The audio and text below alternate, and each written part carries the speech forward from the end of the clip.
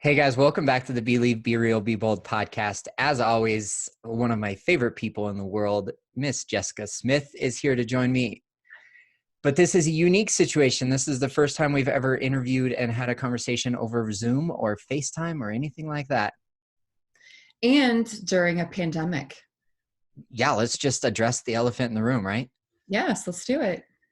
Well, it's a blessing and a curse all at the same time. And why it's a curse is because we can't do this conversation in person.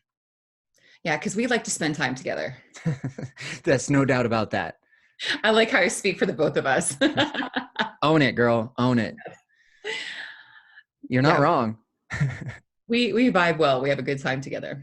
That's right. And I want to thank you again for coming to the Authentic Dating event with Elisa Potowski, Rachel Overval, and Suzanne Mueller. It was my pleasure. Thank you for inviting me. I had a good time. Yeah, so much fun. And since that night, we haven't really spoken much since because everybody's been so busy in their own worlds. But your book dropped. Congrats. Good. Thank you. I have it right here. Yeah, let me see it. The 21 Days to Feeling Gorgeous. Yes. Finally love the skin you're in and be the badass goddess you're meant to be. Well, I think that's like the perfect description for who you are and what you embody. Oh, thank you. So is this your life story or is this just a how-to for women? It does have some of my story in it, and the preface of the book, I talk about my struggles, and yeah, so I do share some very, very deep parts of me and my life and my struggles, and then it is a transformational workbook, so it's a process that someone can go through to really step into their power. And one of the biggest things that occurred to me during the writing of this book is self-love is a term that we all know, and it's thrown around so much, and everyone is self-love, self-love. And something that occurred to me when I was writing is the the concept of unconditional self-love.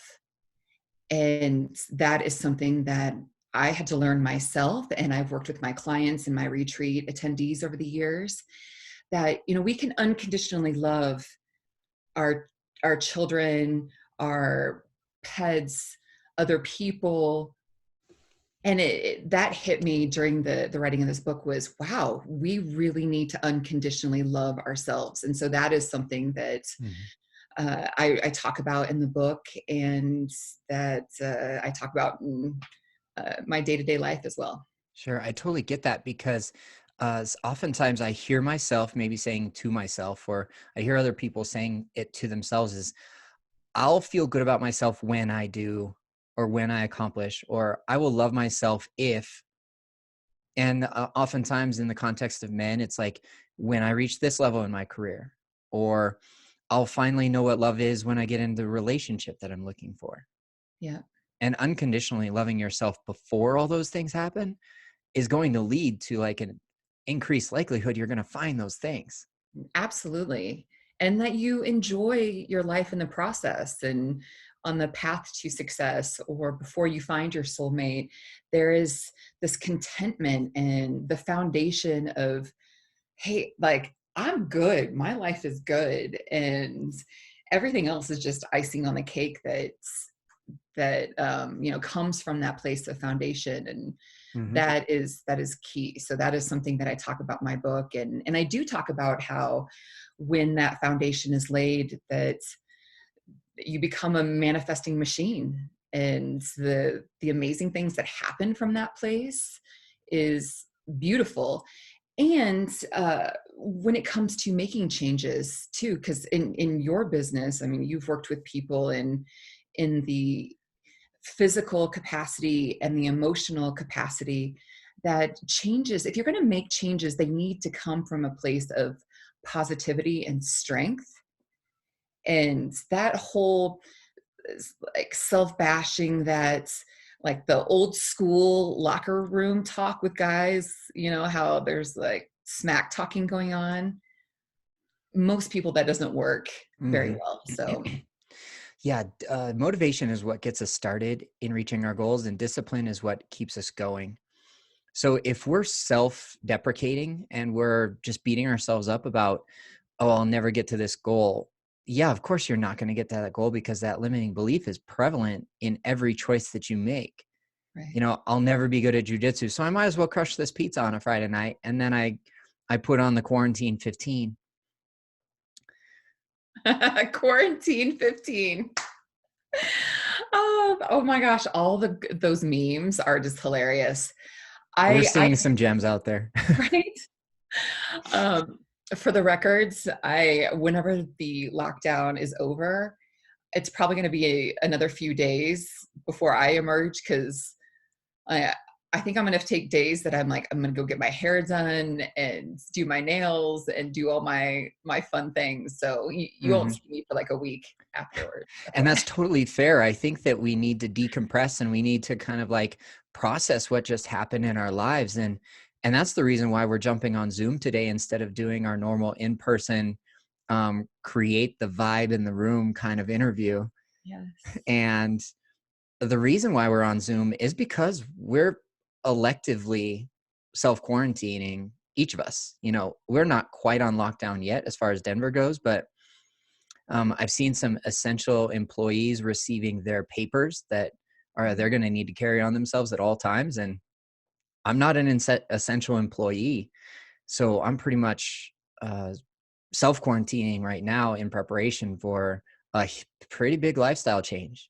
Yep. I hear you. I've been social distancing for over 3 weeks now. And I've only left the house probably a handful of times in 3 weeks for social stuff to see friends. And I had a couple events that I needed to go to. But other than that, I've seen one person the last 8 days Mm. in person besides my kids. Yeah. Besides your kids, are you getting groceries delivered? How has your life changed? Other than we were talking before we hit record, and you're actually like in the zone being an introvert during this time. Yeah, a lot of people think that I'm very extroverted, and that is not the case. I really, really like my alone time and being with my family and my friends. Um, for me, it's been quite an adjustment, and this is something that I think is really important for us to expand on. That we're all going through our process right now, and for me, I've been following the coronavirus for over a month, and I saw this coming. So I've actually been processing this whole thing for quite a while. And a few weeks ago, gosh, I was in a weird kind of doom and gloom because I saw this coming, and I'm like, oh my gosh, just I went and saw one of my friends, and she's like, I've never seen you like this before. And so I think it's really important for us to have an open, candid conversation because this has completely changed our lives. And whether it's a hiccup or just a little blip on the screen, or if it's going to be weeks or months, there are a lot of emotional things that we're going to be going through. And yeah, I say that I'm introverted and that, this is no big deal for me, but still, this has affected my life greatly. I mean, uh, I haven't enjoyed my love life in several weeks, and it's heavily impacted my my love life, and so that's been a thing. And Mhm.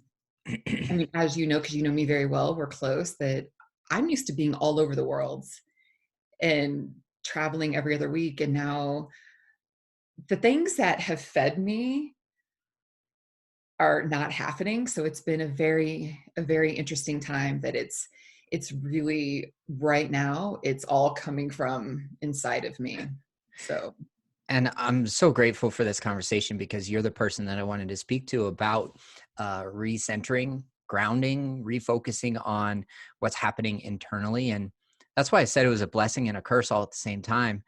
One, I would love to be in person with you. I love your home. I enjoy spending time with you in person every time that we do get a chance to do that. But why it's a blessing for me is an opportunity to become introspective again and again and again as things change. Like tomorrow will be a week since the gym closed, mm, and that's my main source of income right now. Um, However, I am so opening up my eyes to other opportunities of gratitude. Like, why have I been working with online training clients for the last 5 years? Mm. Well, it's in preparation for me to do it 100% of the time now. Yep. And I've been wanting to make that transition in my business for years. That's what I was intending to do when I shut down the studio last May. And, I put money first and I put in income first because I still have my daughter and I still have bills to take care of. But I tabled that dream for 6 months. Mm. And then I started up at the in-person gym again. And I tabled that dream again for 2 or 3 months. But those systems were still in place. And it was still just a click of a switch in order to transition from one to the next. Okay, well, I'm speaking to clients every day. Now I have a solution to this new problem that we're all sharing right now. Yep. So, how are you staying healthy and happy uh, in a daily routine? Or, I mean, of course, I watch your Instagram stories because that's one way to stay connected. But how else are you staying happy and healthy right now? Oh, that's a great question. I have been just working out like I normally would do in my living room. As you see from my Instagram stories, is I my see new the gym, treadmill. Yeah. the treadmill. Oh my gosh, that treadmill has been. uh, it's been a lovely little blessing because I bought it right before all this went down. So as you see, it fits in my living room perfectly. So I have I move every day because that's essential for my mental health. I mean, if I couldn't work out, that would be a challenge. So it's that, and um, I'll try to get outside and run as much as I can. And for me, it's FaceTime has been a blessing. I keep saying like my biggest morale boost has been spending time with my family and friends. I mean, yesterday I was on the phone, I think, for 6 hours on FaceTime with different people. And so that has been really beautiful because I feel that the more we're having to disconnect, the more rich and valuable these type of interactions are. And it's not having that outside social interactions. It's like, oh, Dave, Uh-huh. I'm so glad we're here. And there's just more reverence for it now. So Hmm. talking to my friends, and then do what I do on a normal basis, and um, reading and writing and Yoga. yoga. And I'm a pretty chill person, and I just I have a pretty happy nature, so I just try to laugh and joke around. Like my kids and I act like I'm 12 years old or younger. So yeah, Because you got to keep up with them. that's right. Hmm. That's right. Definitely. I think to your point that the value goes up when we do get the opportunity to connect with someone, even if it is virtually. I had a phone call with my sister yesterday while I was grilling steaks and turkey burgers, because I need to eat. And God, boys got to eat, right? That's right. And at the very end of the conversation, we're close, but we're not super close where we don't text every day. I think it goes 2 or 3 months, even though they live in town. Both my sisters do live in town. It'll go months before we speak to each other again. But at the end of the conversation, she's like, I'm glad you called because you've been on my mind. Aw. And those aren't words that were shared growing up in my house, and never really noticed that they were absent until, say, like 2 or 3 years ago, when I started to understand what my needs were, Mm. and that I wasn't asking for my needs to be met from my family members. So yesterday, I had put it on my to-do list: call my mom, call both my sisters, call my daughter. And the value of those conversations went up because I could hear that her husband and her son and her oldest daughter were camping in Utah, and what concerns do you have about your family while they're traveling? And did they get the same weather that we did? It was just like a really authentic way to, again, experience another level of gratitude when I Definitely. didn't expect that I was going to feel gratitude at all. Oh, I love that. Yeah, I definitely think the value of the virtual interaction is going up. And I love that you're checking in with your family and friends because, like I said a moment ago, we're all processing. And we're all going through our own things. And talking to one of my best friends yesterday, who is, I always call her the spiritual powerhouse, and uh, she she's usually very upbeat and positive, and she shared with me that she was having a really, really tough time, and that she's been depressed and extremely anxious. And she said that she was listening to music in her living room and just started bawling hysterically because of all the uncertainty and everything. So I think it's really important for us right now to look at ourselves and just have a lot of compassion and check in. And I've even said to myself and my kids, look, if like you're sleeping a little bit more than usual, if you're feeling more emotional, if whatever you're feeling is out of the norm right now, that is completely normal, because we're all going through so much. And, you know, gosh, just checking in with our loved ones is so important. So important, and realizing that everybody is going through their own process, and it's a thing right now. And it's something that none of us have ever experienced before. I Yeah. recall I recall some tension in the early 80s. You know, we're about the same age, but I recall that tension in the 80s where we were prepared for nuclear war at any time, you know, like in schools and stuff. But this is completely different because um, schools weren't okay, they were hesitant, but they weren't ultimately hesitant to close down classrooms because we have the technology to homeschool kids and educate our students online, which is an amazing opportunity for my daughter to experience. It's probably what she would prefer because she's a lot like you. And since it is something that we've never experienced before, adults, children, our parents alike, um, what are you hearing from your clients in your community as like their top dating questions right now?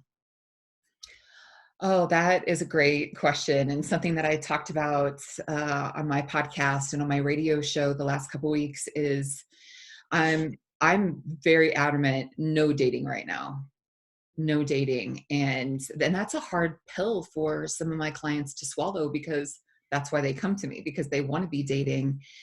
And one of the biggest things I'm concerned about right now with my clients and with everybody across the board is mental health and being alone, and especially people who are in lockdown by themselves. This can be a very, very difficult time for people. And so for anybody who's watching or listening, I mean, my heart goes out to you, because when when we have someone else, when we have a partner, it's easy to, you can have all these like happy feelings, and be in love, and all about that person, and you can dive into that relationship and don't have those feelings of being alone.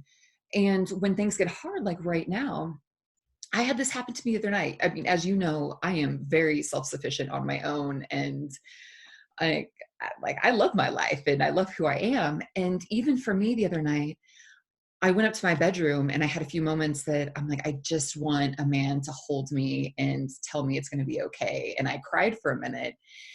And I'm like, oh my gosh, if I'm feeling like this, of course, I snapped out of it 2 minutes later, and I'm like, no, all I need is me. I don't need. And, but if I'm having those moments of just seeking that and needing that, I can't imagine what other people are going through. And the people who, you know, they're they want somebody to comfort them, and the people that really need someone to say everything's going to be okay, or no, you're not getting fat in quarantine, or or someone even just to have fun with and laugh with, and okay, you pick the next movie. Hmm. So let me ask you a clarifying question that actually came up after I listened to your podcast episode, um, just the most recent one, is that you're telling people necessarily not to start a new relationship or not to start a new dating process, but if they're in a partnership and if they're in a relationship that's say like a month or two in, then we can begin to lean on each other at that time. Definitely. Yeah, I would right now. on this day, I am not seeing anyone right now because the way that the virus is, we do not have all the facts, and we don't know how long. We just don't know the nature of the virus. We don't know when we are contagious, when we're not. Who Um, has it and who doesn't because of asymptomatic and yes, and so right now, I'm not seeing anybody, and I'm having very interesting conversations with people, if it's friends or if it's lovers, that it's almost like a safe sex conversation. The last person I saw was my esthetician, and she gave me a facial. And before she came to me and hugged me, I'm like, I need you to keep your distance. Let's sit down and have a conversation. I said, I need to know who you've been around lately, and how you feel about this whole situation, because this has blindsided a lot of Americans. And for some people, they've seen it coming and they understand the seriousness or the potential seriousness of it. And other people, I mean, I have friends that are still traveling the world, and they're like, they have a very different attitude than I do. And is that because they have to or because they want to? they want to. I noticed it's a lot of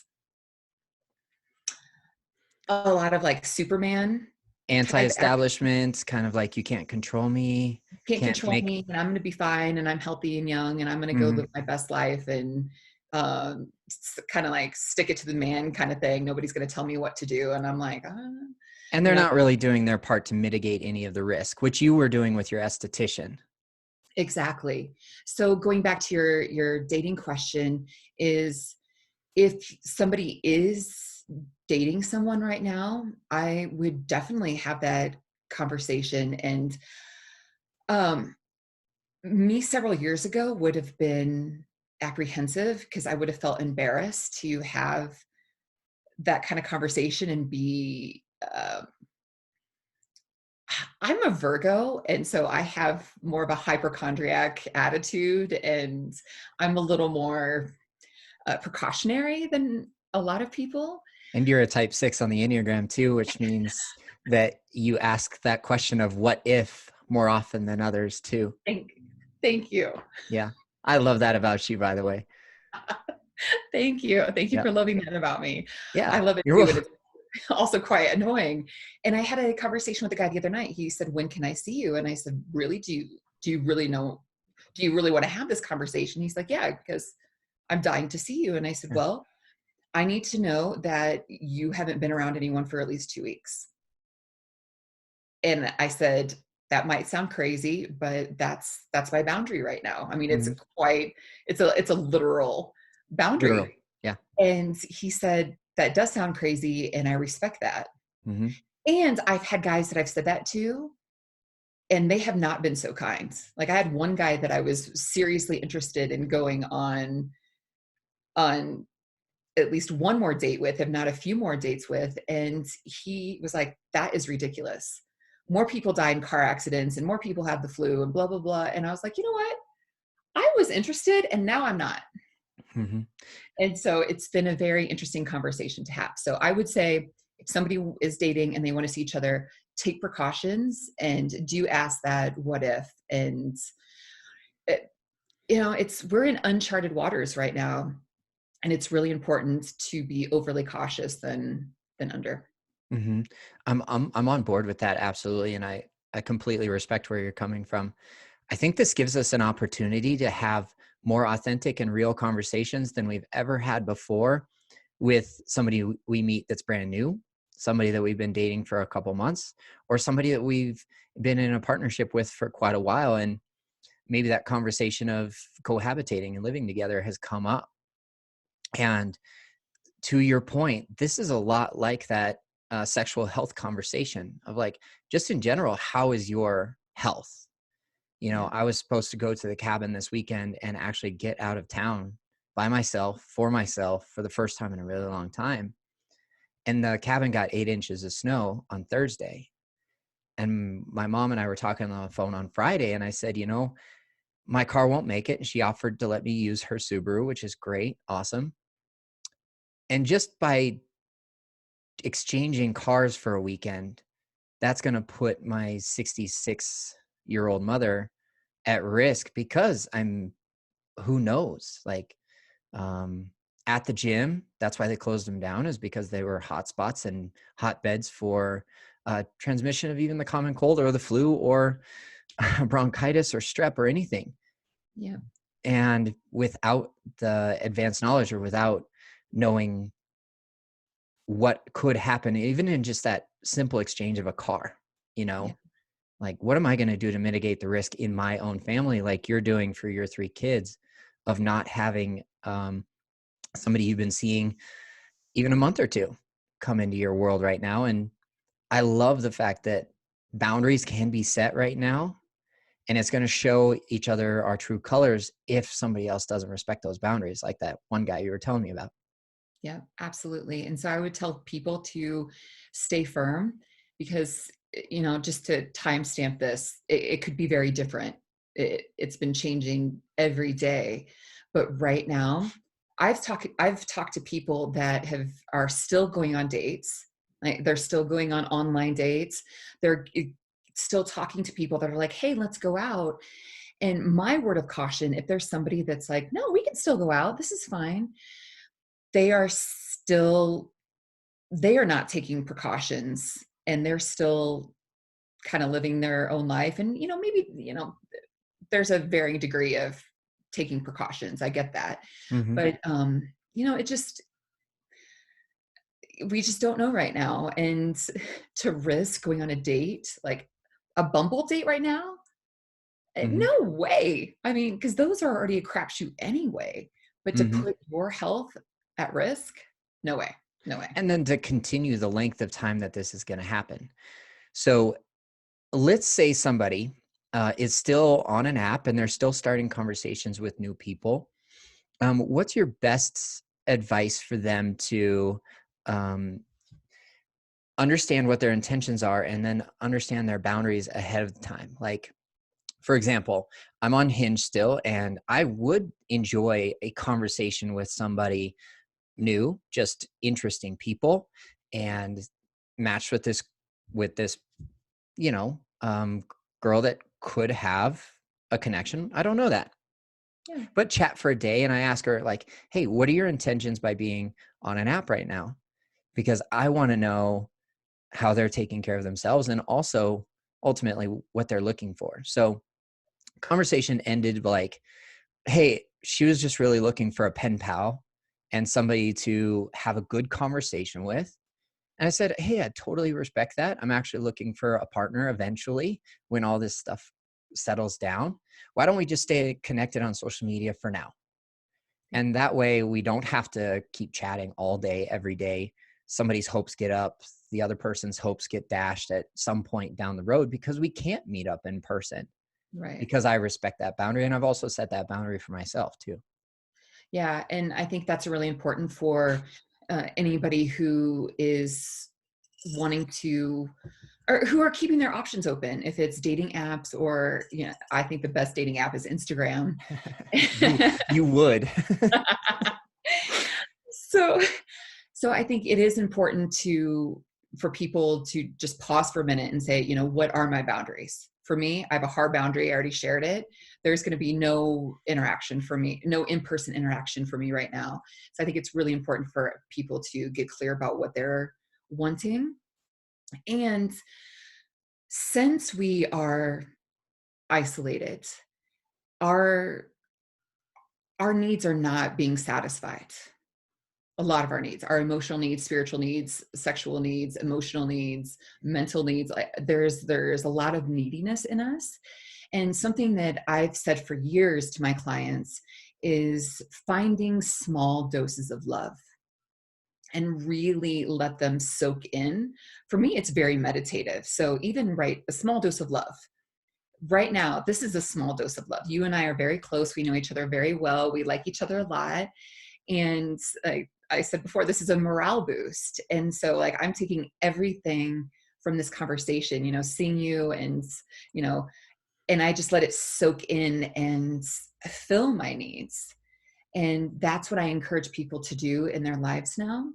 And since our neediness is going up and we're looking for those small doses of love, is when we are interacting on a dating app or on social media, that we are enjoying this time. It is, we have tons of time. Like we could text with 18 people all day long. We could just sit there and just, and really get to know each other. So it's a really beautiful time. The blessing in disguise is that we do get to know each other, and we get to spend a lot of time together and ask questions like, how are you handling this right now? Instead of how are you handling this? I was texting with a guy on Instagram, and it's platonic, and he is a TV personality, and he all of a sudden opened up the other day, and he said that he's really struggling because so many people are relying on him to, he's a journalist, so he needs to present himself, and he said, I'm really struggling because I'm an empath and I feel the weight of all this. And I'm like, this is like, I had this moment of like, wow, this man just went really deep with me, and we don't know each other that well. And that is just a great example of, we are in a time of uncertainty. We're all processing, we're all going through something, and it's not pleasant. This is not pleasant at all. We're concerned about our children, our loved ones, our friends, our own health, our financial well-being. What is the world going to be like in 6 months? And so this is not a pleasant place to be. And the beauty in that is we are a little more vulnerable. And, I can look at you and say, Dave, I'm really scared right now, or I'm worried about this. And, I told you that I cried the other night, it's stuff like that, that it can allow for deeper conversations. Hmm. Yeah, I can say right back that I'm scared as well. Um, my main source of income has been shut down. That drastically affects my financial pillar of health. But if I were to wallow in that and say, woe is me, then I would just sit on the couch for 10 hours a day and not take movement and not take action towards those goals of time freedom, which is a huge motivator for me. And I would never have created the first body weight workout that my community needs. And then we would no longer be able to connect over fitness and nutrition. Most of my clients right now are extremely healthy, and they're still willing to exercise to reach their goals because they know that if they put that off for a month or two with an excuse or with a reason, a very good reason, because of how unknown and unprecedented this is. And that's one way that I can still connect and communicate and meet the needs of closest, my closest friends and clients. Yeah. And to your point of our needs being met, we're going to find in response and reaction and overreaction from the people that we want to get close to, Mm, intimately, personally, physically. We're going to understand when their needs aren't being met, and we're going to find out how they handle that as well. yep. Like your friend that you wanted to see again kind of threw out a reaction. I wouldn't call it an overreaction because it was just a glaring example or a glimpse into what his needs are and how they're not being met. Exactly. But that's not your responsibility right now. It's his responsibility to meet those needs. And then if they're not being met, then he has to effectively communicate. Hey, I'm really disappointed that I'm not going to be able to see you in a month or two. However, I completely respect your boundaries. Why Yep. don't we take some time off from actually daily chatting or weekly chatting and reconvene in 2 months and see where each other is at? Yep. That's one way that he could state his needs and not react to the extent that he did. Exactly. And I think that's important right now, that we do meet each other where we're at, because there's some people, I mean, there are some people that are out there still dating and still getting together, and there's some people that aren't. And then just like, okay, what are you doing? How are you thinking, feeling? This is what I'm thinking, feeling, and calling the shot. Then, it's like, if it's reconvening or if it's staying pen pals, I think it's great right now to, if people, for the people who like online dating, I would say don't meet in person, but say, hey, um, and I use a lot of humor in my daily life and with dating. So, I'd be like, hey, let's not catch the corona and go out and have tequila. let's just talk let's talk every day, or why don't you call me later and we can spend some time together. And, Mhm. but I do think interacting right now is so important. And Mhm. I mean, even too, I've been sitting around and, I shared with you, I've been FaceTiming with my friends and family, but also I have been texting and messaging more with people on social media a lot more than I ever have, because usually it's been very professional. So I'm like, I'm like this. And now when people reach out to me, I have been more compassionate, and I'll sit and talk to them when before I wouldn't have had the time to do Mhm. it. Mhm. You're getting intentional about making a deeper connection with the people that you already know, Yep. and possibly somebody that you don't know yet, like new connections on Instagram. I've seen the same thing where messaging has gone up on Instagram, and I'm really grateful for it because it still gives me a sense of purpose to drive towards through the service of others. Yeah. But what happens when the X resurfaces like a submarine and comes back and says, what are they, first of all, what are they saying? And Mm. second of all, what do we do in response? Well, going back, we have needs. And when we are experiencing something difficult, like right now, we are all in this together. Since taking the single person that the ex is coming back, what is happening right now is there's a struggle. And when there's a struggle, we are reaching for something to make us feel better. And since a lot of us don't, to a lot of the people that are watching this, we don't have that go-to person to connect with to feel better.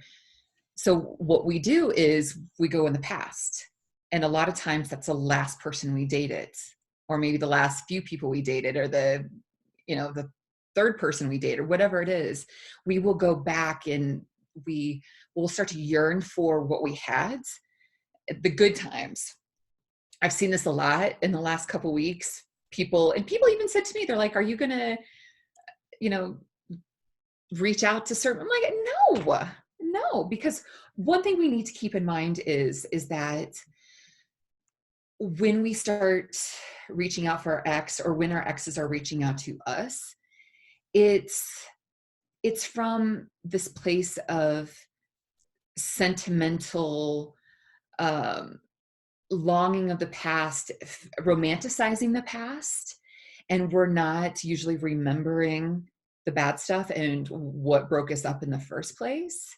And it's not usually healthy. It's coming from a place of like, I need something right now because I'm really struggling, and so I'm going to reach out to this person. And so when, or adversely, if they're reaching out to us, they're probably not in a good space. So if your ex is reaching out to you, they're like, gosh, I'm feeling really alone. I'm feeling anxious. I'm depressed. I'm scared. I'm needy. I just want some love. Oh my gosh, I'm thinking about, that person's thinking about you, and they want to reconnect because they want to experience that good stuff. Hmm. And all So, of, go ahead. so I would say that if you're, and it's totally normal too. I want to say to the people that are thinking about their ex right now, that's totally normal.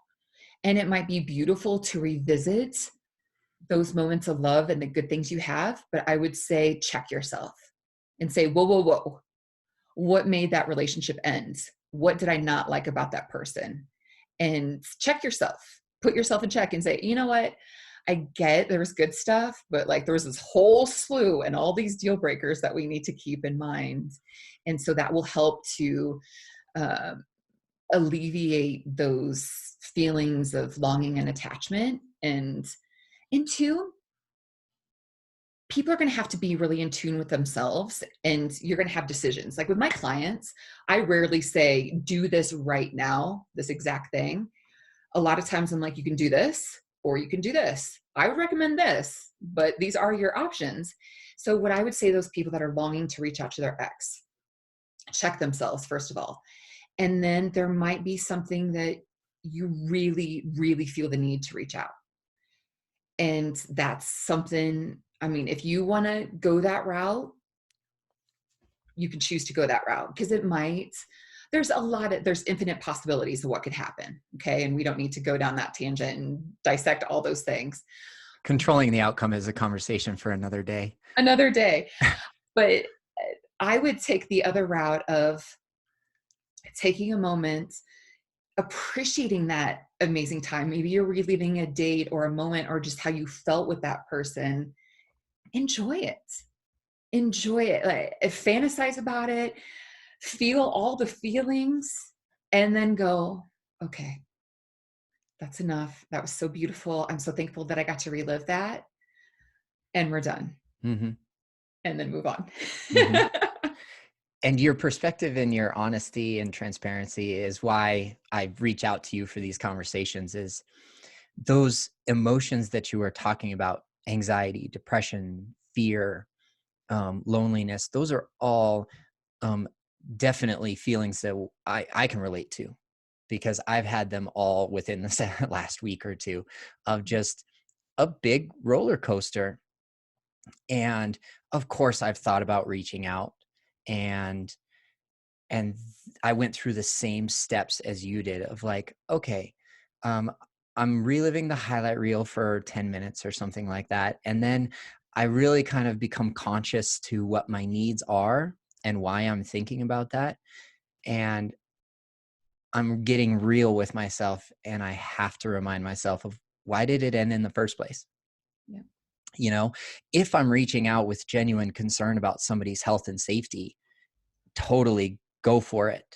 absolutely. That's doing so. That's reaching out to an ex or somebody I used to date with authenticity and without expectation of the outcome.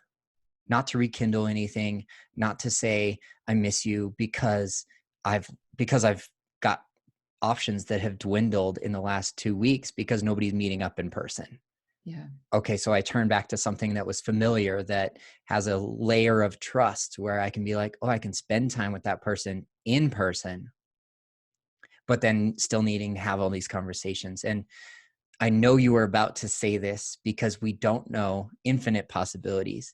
Yeah. It could rekindle like the love that was going to be there anyways, or the love that was there. And it could be the opportunity to move forward with that person, but only if we're conscious to our needs, Yeah. communicating what it is that brought me back to that person, and then also not having any expectations for that either. Absolutely. Yep. Yeah. For some people, it could be a time of m- maybe just that brief reconnect is enough. And it's just like, okay, I got that little dose of love. And I also remembered why we broke up. And I also know they're okay. And, it could be that little too. Yeah. Checking in with somebody that you had a relationship at one point in your life is a really good thing. I had a boss that left the gym right after I started, 6 weeks, 8 weeks, or something like that. And he listens to the podcast, and I'm extremely grateful for the connection that we had built professionally. But he was one of the people that, I see on Instagram, and, hey man, how you doing? I know that you were interviewing for jobs. What are you doing in the meantime? Because the people that I'm concerned about are people who are a lot like me, who were fitness and nutrition coaches and strength coaches, and who own their own gyms and who run their own businesses. And it's a place for me to reach out and say, I'm thinking of you. I hope you're doing well. How is your daughter? How's your family? What's your home situation like? Like, we can be there to just listen, Yeah. and certainly not to provide a solution. Right. And I think just being in the same boat, there's a lot of comfort in that. And I think that's one of the beautiful things that's coming out of this. It's like we're all looking at each other like, whoa, it's leveled the playing field with a lot of people. And yeah, and with that, it brings us closer together. Mm-hmm. Yeah, we are all one. And I think that we're starting to understand that and realize it. And another big reason why I'm so grateful for you in my life is because you have a different perspective on the universe and its connection than I do. And Aw. I wanted to ask you about that. What's the lesson that we're being taught right now from the universe, from our connection to source. And in my case, it's God. In your case, you love astrology, and you're also very conscious of what's happening in your family's life, your friends' life, your own life too. So what's the lesson that we can take away? What are we being told? What are we being shown right now? That is a great question. And that's something that I've been thinking about all week. And that is a good one. I recently had a conversation with one of my friends who's also a coach in New York, and him and I had a FaceTime coffee. Uh, I call them all dates. And even like when I have coffee with my mom, it's a coffee date. And him and I were talking about, the reason in this and the purpose behind it and everything. And I believe this is a time for us to reset and recalibrate. And we do need the time of isolation when we are on our spiritual journey. I mean, the spiritual journey, and this is said in ancient yoga texts, that all of our lives are a spiritual journey. And that journey is one that is lonely, and it is of solitude, because there's the most important relationship is the one that we have with ourselves. And when we do want to transform and grow, we have to go inside. And my friend who I was talking to was using the butterfly analogy. And he said, I really feel like we're all these cute little mushy caterpillars that are now in our chrysalis. And I had time to reflect after that. And I really feel like this is the time that we are all in our own chrysalis. And again, the beauty in this whole lockdown is that I think it's going to be a long time, which is a good thing as far as our spiritual growth is concerned, because it does take a while. We're processing the virus. We're mourning our normal lives and our day to day. And once we get through that early phase of transition, that's when we can start looking inside of ourselves, and we're like, there are some people that are going to be watching this that don't have a good relationship with themselves, and being alone with themselves is hard. And so their lesson is going to be being with themselves, being okay with themselves. And being in this time is going to be really important for that. It was interesting because I always say I'm very woo-woo spiritual, and I believe that we are all connected, and um, that we are all special and unique. And I could go all down a tangent, and I won't. I have been looking at myself, and I'm like, have I seen this coming? Did I get any spiritual signs? And what is the reason for all this? And right before all this got really serious, I was watching Morgan Freeman's Netflix series. The What is Earth one? the God one? Yeah. And one of the episodes, I was actually, I'll give you this is like my life. I'm texting with this hot guy while I'm watching Morgan Freeman. So I'm only listening to Morgan about 80%. And the rest I'm like, oh, he is so fine. Oh, look at this picture. And da, da, da, da. And all of a sudden there was a guy that was on who was Muslim, and he had 6 sons. And one of his sons was killed. And in his son's trial, he was on the stand and talked to his son's killer and said, I forgive you. I understand that you were in a place that whatever was going on inside of you made it so you had to do this. And he went up and hugged the man afterwards. Dave, I was I was sobbing in Yeah. bed, I can imagine. Yeah. sobbing. And it was so cute. I encourage anybody watching to watch the series. While Morgan was interviewing him, this guy is like, he's just this little guy. And Morgan's like double the size. He was holding Morgan and touching his hand, and he was very affectionate. And he's like that in the world. And as I'm sobbing, I'm realizing in my own life that I can be stingy with my love.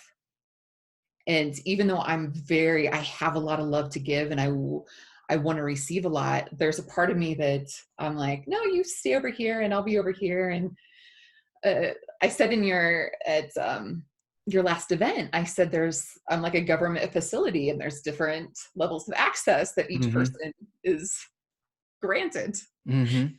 But watching that and I'm going to circle back to the point of going back to answering your question 18 hours later, is that for me, it was walking away 3 weeks ago from watching the show as I'm going to be more loving Mhm. and I'm going to open my heart this much more. And then all of a sudden we have this lockdown and this social distancing. And I'm like, so I really hope, to go back to your question, is this is the time that there's a lot of reflection, a lot of inner reflection, and people are making changes and looking at themselves and saying, okay, this isn't working in my life. I want this. And they start making adjustments.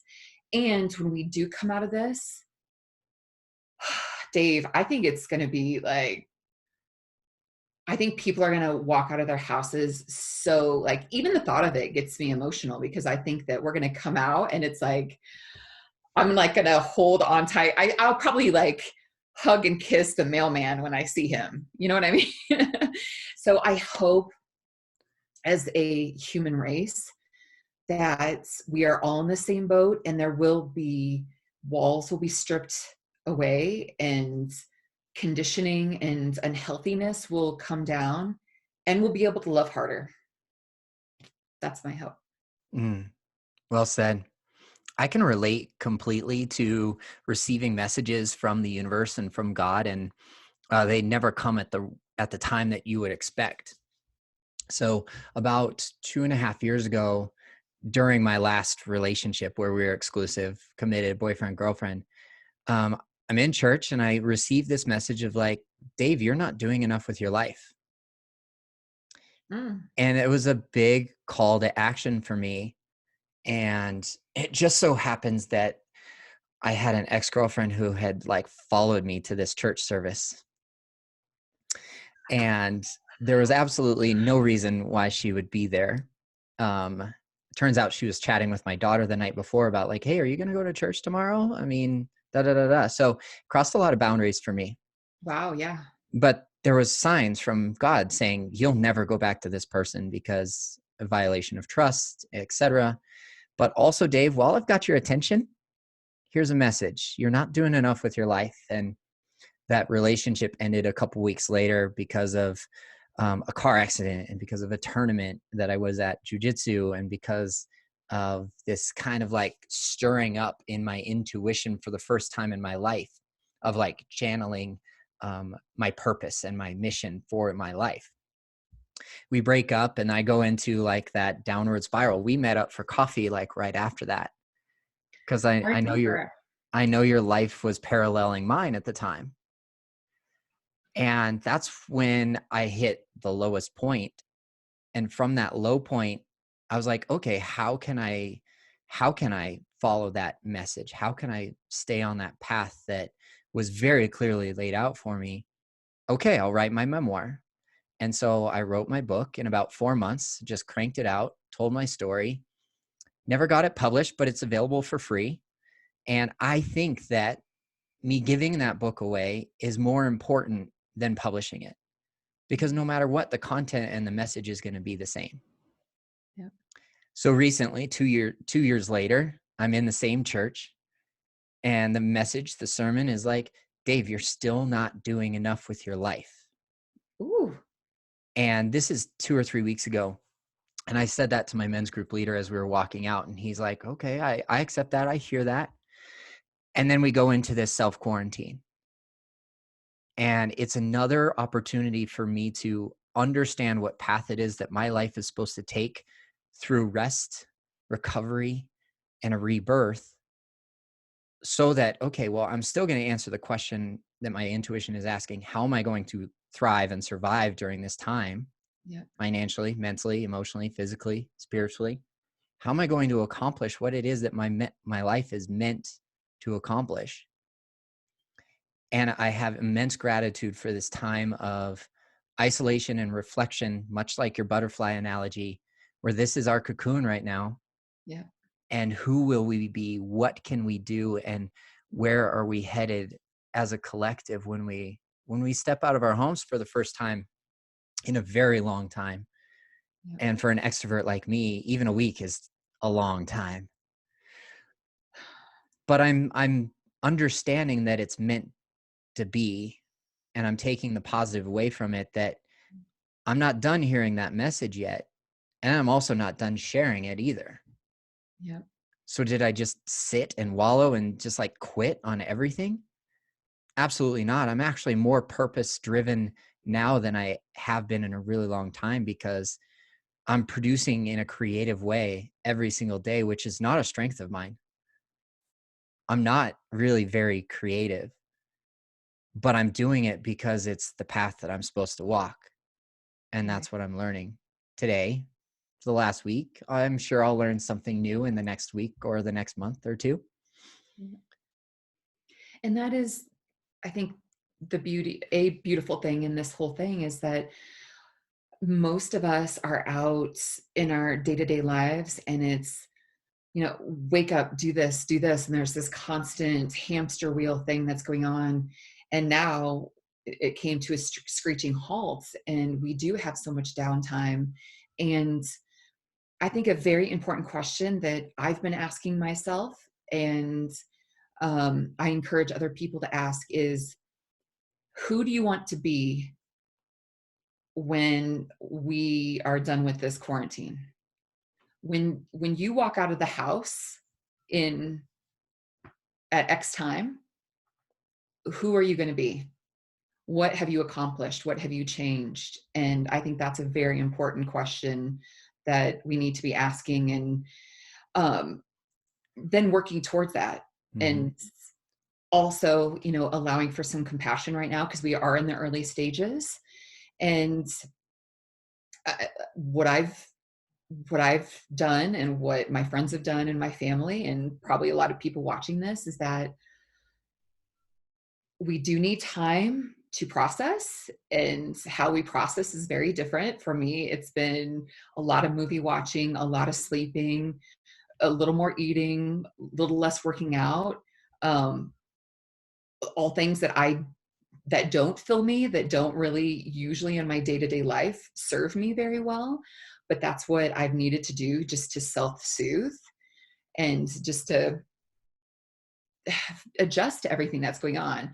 And uh, I also know that there's going to come a point that it's like, okay, we are not going to have 2 glasses of wine every night. That is not, that's not good for me. Or I'm not going to watch TV in the middle of the night when I wake up. I'm just going to read and go back to bed. And there's going to be like dusting ourselves off and getting up, and then really going into that time of big transformation, because there's Mm. so much potential here. I mean, we have so much time to create. So there's people that are going to want to learn how to play the guitar, or that are looking to write their book, or read the 18 books that they've been wanting to read, or learn another language, or paint the painting. There's just so much stuff that we can do. And and just to catch up on our sleep. I feel like so many people are sleep deprived and inundated with, yeah, external things. So now is just a very beautiful time to Mhm. decompress. Mhm. Yeah, who are we going to be when this is all over? I think that this opportunity for self-discovery is a gift that if we squander it, I think that we'll have a lot of regrets. The this phrase goes, at the end of your life, you'll have more regret about the things you didn't do than the things you did. And if I don't take this opportunity to make deeper connections with people like in my life, like yourself and my roommate and my family and my daughter, then I will come out less of a person. And to piggyback on that, if this is months and months and months of there's devastation happening in the world right now. Like it is already a terrible thing. I would rather come out of this saying, wow, like we just went through some stuff and it was horrific. And I I did this and that. I'm proud of the person that I am now after this. Like just if we get to write the story to some regards, why not make it a beautiful one? Why not come out and say, I didn't gain the quarantine 15? Quarantine 15, yeah. I started writing that second book, or I did this and I did that. And Mhm. you know, I just think it'll make for a much better story than 6 months down the road being like, wow, I, I don't want no regrets, no Uh-huh. looking back. Like we really squandered this time. It's like, no, Mhm. let's make the most of it. Oh, I'm back to work finally. Well, the work is the exact same, and it was never purposeful in the first place. So I did miss an opportunity, and shit, I lost my train of thought. Well, I'll jump in and I'll just say real quick that people who are questioning everything right now, I think a big question to ask is the one that I just offered. And I would encourage people to take a good hard look at themselves and see how amazing they are, because they are the only one in the world. They are unique and special and have a purpose in this world. And I think right now is a great opportunity to relook at our purpose and how we're showing up. And I think there's going to be a lot of people that are not going to go back to their jobs because they have shifted and they're like, I should not be doing computer programming. I need to be I need to be writing music and producing music videos and or whatever it is. That I think it's really important for people to look at themselves and embrace all of their gifts and listen to their soul's calling, because I think a lot of people are going to make dramatic changes and they're not going to be the same person walking out these doors in several months from now. And I, this can be a real powerful time for people. Mhm. If we're awake to it and if we're conscious. Yep. Yep. So I'm going to throw this out there. I'm processing this right now. I actually got asked by a magazine to write an article, um, how to self-soothe without self-sabotaging. So that's an article that I wrote that title and they said, yes, can you please write this? I think that's a good question to ask ourselves right now. How can we Mm. self-soothe without self-sabotage? Because, Mhm.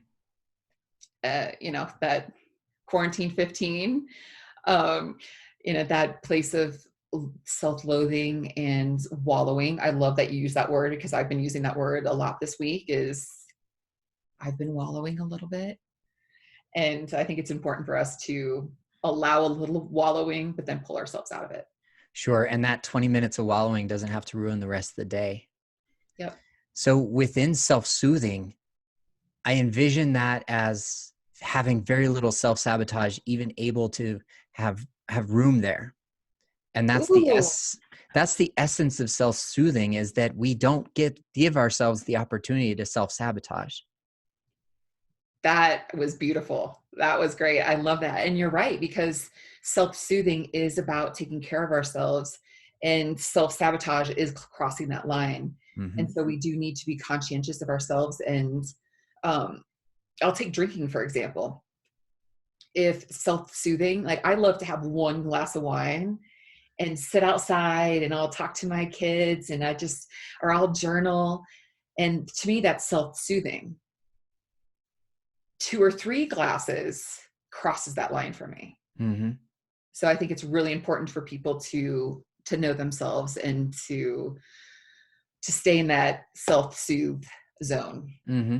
Well, in one case, it could be numbing, and the other case, it could be soothing. Right. Yep. And there's a lot of self-love in self-soothing. And there's no self-love in self-sabotage. Right. You're actually your ego is coming into play there. And Wayne Dwyer says ego stands for edging God out. Ooh.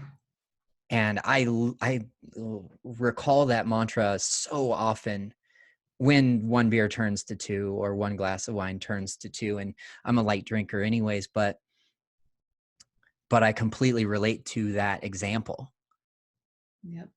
of what are my choices here. And my Yeah. choice could be to wallow for more than 20 minutes a day. Yeah.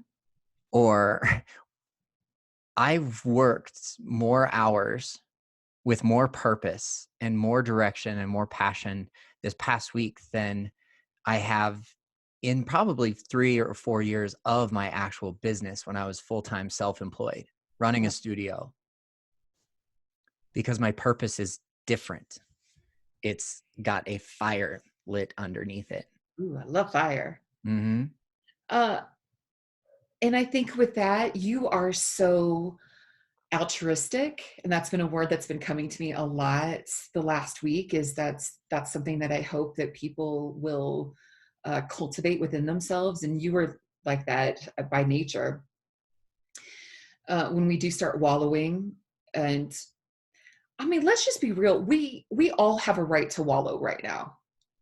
Like we are all suffering some sort of loss. Mm-hmm. There's varying degrees of it. And so wallowing, I think, is kind of healthy. We need to get it out. Like um, I had a little bit of what I call fuck you therapy the other night, that I had to go outside, and I was like, and fuck this and fuck that. And this is bullshit. And I had to just like vent and get it out, processing again. It's just what I needed. So I would highly encourage people to have a little wallowing time, a little, fuck you therapy. And That's one tool in a self-soothing practice. exactly, exactly. And then what pulls me out of that wallow is turning on the news, and it's going, oh my gosh, there are single moms in Harlem that have been living paycheck to paycheck. They suddenly lost their job. They have 2 kids that are out of school that they now need to feed. There's the healthcare workers, and I will have compassion and empathy for people out there. And then that totally snaps me out of it. I'm like, oh my God, my life is great. Everything's good here. What can I do for other people? And so I think that's another tool that we can use to light that fire, because we all have purpose on this earth, and we all have a spiritual job to do. And that's why we are all here right now. And for the spiritual leaders in this world and the people who are making a difference in this world, and they have they have a great responsibility to show up in this world. Now is their time. And everybody listening, you have a job here. And it's like the draft, like your number has been called. You got to pack your bags, and you might be crying and pissed and disgusted and irritated about having to pack your bags, but you got to show up. It's time to show up. And we have to do what we're meant to do in the world, because the world needs it. I mean, there's people out there right now contemplating suicide because they feel so alone. We have to show up and be there for those Mm-hmm. people. And if you are contemplating suicide, there's a lot of resources out there, but text me, message me, email me, call me. Um, we don't want to lose any of our community to that type of a death. It would be heavy on our hearts, and you're all loved for your own uniqueness. Yeah. And if you're having a hard time deciding what your purpose is, Jessica is a resource, as well as myself, who can help drive home that purpose without even having the context of dating. Yep. But the reason why we talk about dating so much is because we see a lot of ourselves in our relationships with others. Yep. But if you don't, then we need to focus on purpose and consciousness, and uh, what's blocking us from giving love, like Jessica was talking about, being love, being open to love.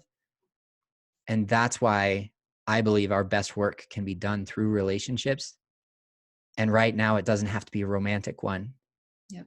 It can be through our families and through our friends and through uh, partners like yourself who always send so much support my way. I agree. I couldn't agree more.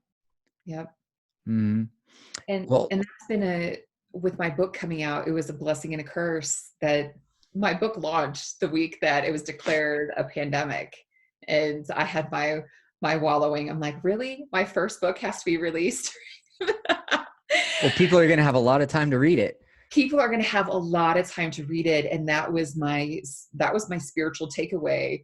That's when God, the universe, was like, honey, this book it gives somebody step by step guides to heal the relationship with themselves, step into their own, love themselves, like I said, unconditionally. And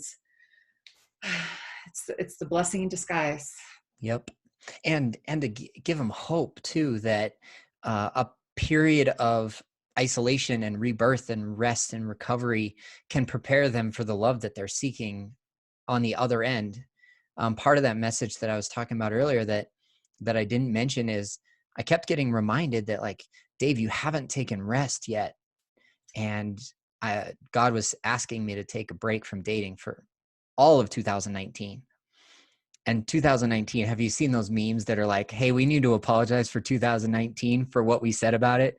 Because 2020 is showing us that, hey, here, you thought 2019 was rough. Here, hold my Corona. That's what 2020 says. So I had to be humble and find humility and say, you know what, at the beginning of 2020, my intention is not to date. It's not to go seeking out a relationship or looking for a partner. I'm open to it. I'm not closed off to that at all. But my intention this year was to listen and be aware of all the things that I didn't pay attention to in 2019. Yep. And some of those key pieces of awareness came from those short-term relationships I had last year. And Oh yeah, it's, because they're all little teaching moments, right? yeah, they're not losses, they're lessons. Yep. And even today, like when we started this video conference, somebody I dated just texts, and it's just like, okay, universe, I'm paying attention. I'm I'm here. listening. I'm listening. Uh-huh. And I'm seeing all these signs. Okay, well, is my response an immediate text back? No, I can't, because my priority is this conversation with Jessica right now. But also, like, hey, I made it very, very clear what my boundaries were, what my intentions were. And at this time, here's what I'm able to be there for you. Yep. And I would say I would offer to anybody that's in that situation that this is a great time. We have so much time that we can go deeper. And I was texting with someone yesterday who's struggling right now, and they're really eager. They're like, they're at that place like, I'm sick and tired of doing the same pattern over and over again. What can I do? And I'm like, you got to just keep going deeper, like with every question. And people can sit down, call me, text me. I'm here to help. And if people, what I do with myself, and I encourage some people to do, sit down alone and ask yourself questions like you are a coach or a dating coach specifically, and say, well, why are you doing this, or what do you get from that, and questioning yourself. And as you know, that I'm a big fan of writing. I journal a lot and I write a lot. So take out a piece of paper and go deeper with those questions. Why am I doing this? Okay, why am I doing that? And just keep going deeper, and you will get answers that will shock you, liberate you, and transform you. Mm-hmm. I love it that you bring up coaching, counseling, journaling. All of these things are tools. I do all three. I haven't seen my counselor since November because I switched insurance and other things came up. But that was part of me actually taking a step back and resting for a little while. It was like, don't necessarily have to dive deep for 24 months in a row, you know? okay, do it for 18 months and then take 6 months off to reflect on what you learned. But why having a coach is so important, especially now, is that when we openly and vulnerably and transparently share a story from my perspective, my coach has outside eyes on that, and they say, here are your choices. This is my recommendation. And here's what you can learn about yourself from this experience. Yeah. Us as coaches are not going to be like, here's your step-by-step algorithm. Okay, here's how you get the first date. Here's how you get the second date. Here's how you get the fifth date. No, our job as coaches is to, here's who I see, and we're going to build an intimate relationship between the two of us, because it's my responsibility and my opportunity to guide you to where you want to go. And I love that word intimacy, because it's into me I see. Yeah. And that's why I see so many reflections in my relationships, is because intimacy is allowing me to see deeper Yeah. than I've ever seen before. So let's just say for the last 6 years, uh, you know, the girlfriend that I was with for 3.5 years, that was the beginning of what I experienced as vulnerability, understanding what transparency and being a partner is like. But it also taught me what it's not like as well. Yep. And all of that has to come from internal sources Yep. versus external. And the Absolutely. and the benefit of a coach is simply just a guide towards that into me I see Yep. journey. I agree with that. And going back to your uh, counseling and everything, it reminds me of baking a cake. And there's the mixing of ingredients, there's putting in the pan, you put in the oven, and the time that one is going through therapy and a lot of counseling, that's the time that it's in the oven.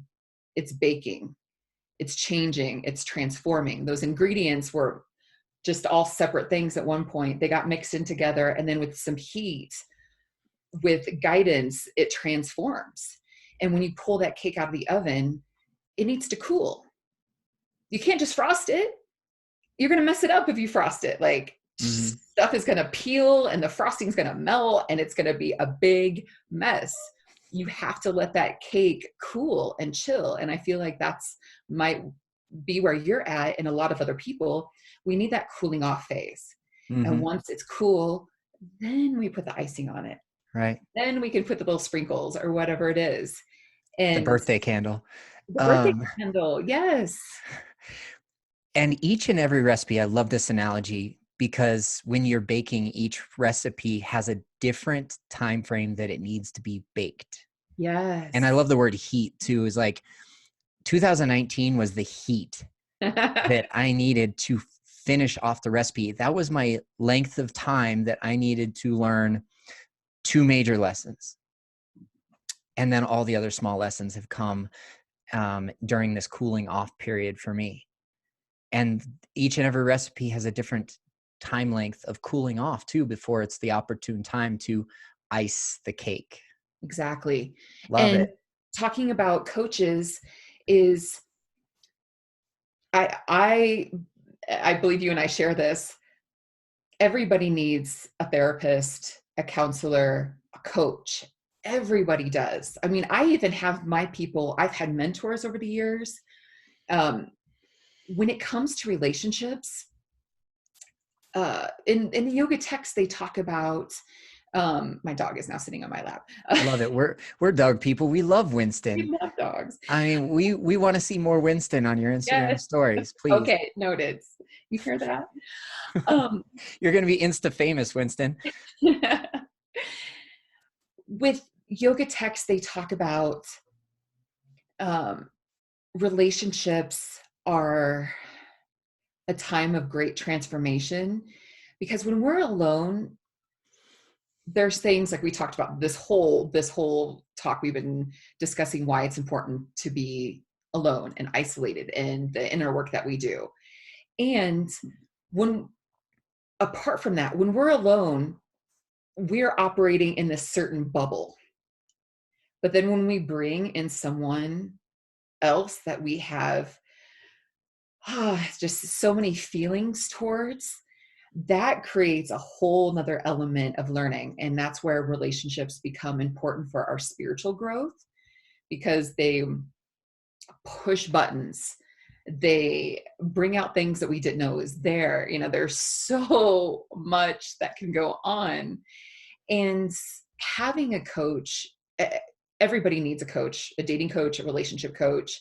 It is just vital, because when we are romantically involved, if it's emotional feelings, if it's sexual feelings, all that bonding can be really hard to navigate and to think clearly. What One of my friends, he is hilarious. I just saw him a couple months ago, and he's like, Jessica, tell me what your version of love is. And so I'm going through love, and I'm doing my whole, it took me about 10 minutes to explain what love is. And he's like, nope, nope, no. And I knew he's messing with me, but he's like, you want to know what it is? Love is chemical retardation. That there's so many things going on in our brain that sometimes we can't think straight. We can't see straight. We can't see the red flags. We can't see the warning signs. There's a lot of things that we have a really tough time. So having a coach is vital, because they'll be like, hey, do you know that guy that you've been dating? He has not committed to you, and he's actually dating 3 other people. Hi. That's not how I talk to my clients normally. No, you're more pragmatic than that. I am. That's how I talk to my girlfriends. Right. But that's why it's important, because it does offer another perspective, because when we're in it, it's intense. Yeah. Now, oh God, the two big lessons I had to learn last year, they were big, but the little lessons that I needed to learn came from a unique source. And I was asked a couple of questions, and I've talked about this in a recent blog post of like, Dave, what do you need right now? And at the time I was in emotional quicksand, like you're talking about, emotional retardation. And I couldn't answer that question. So I spent a lot of time considering what my needs were. So I went through the list of my values personally, and they're a lot like my professional values, but they're so much deeper. And then I found my needs. And that's a shorter list. And that's a good thing, because, we all have 6 basic needs as humans. Yeah. And mine just a little bit deeper than those 6, but they include the 6, right? Sure. So the lesson that I learned was in having a conversation, ending a short-term relationship last year. It's like, Dave, it seems as if you're bringing in your past into this relationship. And I had to think about that. That was one of the smaller lessons that I learned. And I look back on it, speaking of coaches and counselors, I reached out to 2 different counselors about how the relationship began. And I had done so much work through counseling. I'd done so much work through reading, journaling, writing, reconnecting with God, taking my spiritual journey up to that point, that I had worked through the trauma. Mm. And it was a turning point in my life, because I didn't have need for extrinsic reinforcement of my value. Mm. And I completely disagreed with the statement of, David, seems like you're bringing your past into this relationship. And this is at the end. So of course, things are going to be said that are not meant to be like Sure. the truth, right? Right. But I had to ask myself, is this the truth? Is this reality? And I started the relationship, and that was an emphatic no. No, I'm not bringing the past into my relationship, because I had done so much work actually to prevent my past from coming into this new relationship, because I was excited about it, and as we normally are in the beginning. Yeah. And I reached out to 2 different counselors, one of whom I'd been working with for 18 months at the time. And I was telling the story, and I was sharing some of the details, and that's a safe space for me to do so, which is an awesome journey in itself. And she's like, Dave, I hear you coming at it logically, but just because they don't text back right away doesn't mean that they aren't interested. And the other counselor said the same thing. Hey, Dave, maybe she's just old fashioned. Why don't you try and give her a call on the phone? I'm like, okay, that's both good advice. But the lesson that I had to learn, and now that I tell that story out loud, it becomes even clearer. The lesson I had to learn was, Dave, no matter what they say, they're not involved. They're not in it. And I had to trust my intuition above all else. And I didn't do that because I was trying so hard not to let my past come into my decision making or my feelings or my openness to a new relationship. But we can't live like that. Yeah. Our past is there for a reason. And my past was there and it was cluing my intuition into, Dave, she's just not that into you. Mm, Trust that instinct and walk away now before you spend 2 months discovering how not into you she is. right. That is such valuable advice. And, every time we talk, intuition comes up because that's something that I talk about and live by, and that's huge. So thank you for sharing that. I think that especially the last thing you said was really good too, that before, you have to learn that lesson in 2 months, save yourself some time and some anguish of, going down that path. And two, there's lessons to be learned, and people who are dating have their own perspective and their own things that they're going through. And I, a couple months ago, went out with a guy that I used to date, and it did not go well. And it ended with an exchange. There was words spoken, and he said some things to me. And I too had this thing. I was like, is that really what I do or who I am? And I said on that, and I was like, no, that was him reflecting what he was going through. And I feel like that happens a lot. And I feel like that could have happened with you and her, is maybe that was a spiritual sign of, hey, Dave, you've chipped away at this issue, and hey, good job working on it. And there's more to work on. Or it could be, a sign like, hey, Dave, look at where you came from and look at what you've done. And here's this girl showing up that's projecting because she's going through it. Mm-hmm. Um, And I will always have less time spent on that part where I'm like, oh, it sounds like she's projecting. I spend less time there and really looking at the lesson that I can take away from it. Not why is this happening to me, but what is this trying to teach me? that is a beautiful place to be. And it's definitely, it eases all anxiety when it comes to love and relationships and dating, because I'm not invested in the outcome per se, but I am going to reinvest in myself based on what occurred or what I learned or what was the outcome. Yep. And it changes the whole dynamic and the perspective. It takes the pressure off the situation. And if it doesn't end, it doesn't hurt as much or at all. It's a good place to be. Oh, big sigh. I mean, like, I thought we were going to jump on today and just talk about how to stay connected while we're in isolation and while we're in quarantine. And holy fuck, Jess, I just absolutely love every time that we talk. I'm a better person because of it. Oh, thank you for saying that. Yeah. Um, and I feel the same with you. Every time we get together, it's big. Every I don't think we've ever had a conversation that was mundane. There's no time for that shit.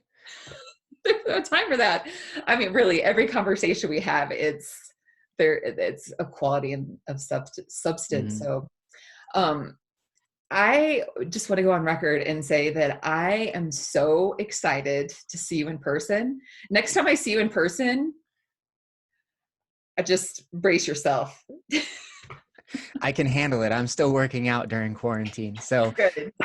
I've got to go film a workout here for my 30 and 30 bodyweight workouts. So I know your time is valuable too. And um, I am so honored to have had this conversation with you. And let's do more conversations Yes. because I think that both of our communities really benefit from having your leadership.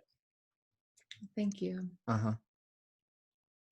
I really appreciate your friendship and thank you for all that you're doing for the world and uh, being my friend and having me on. I love when I get to come on and be in your world. It's a lot of fun. So thank you. You're welcome anytime, Jess. All right. Stay healthy and happy where you're at. Reach out anytime. I'm always available for you. Thank you. You too. All right. I'll talk to you soon. Okay.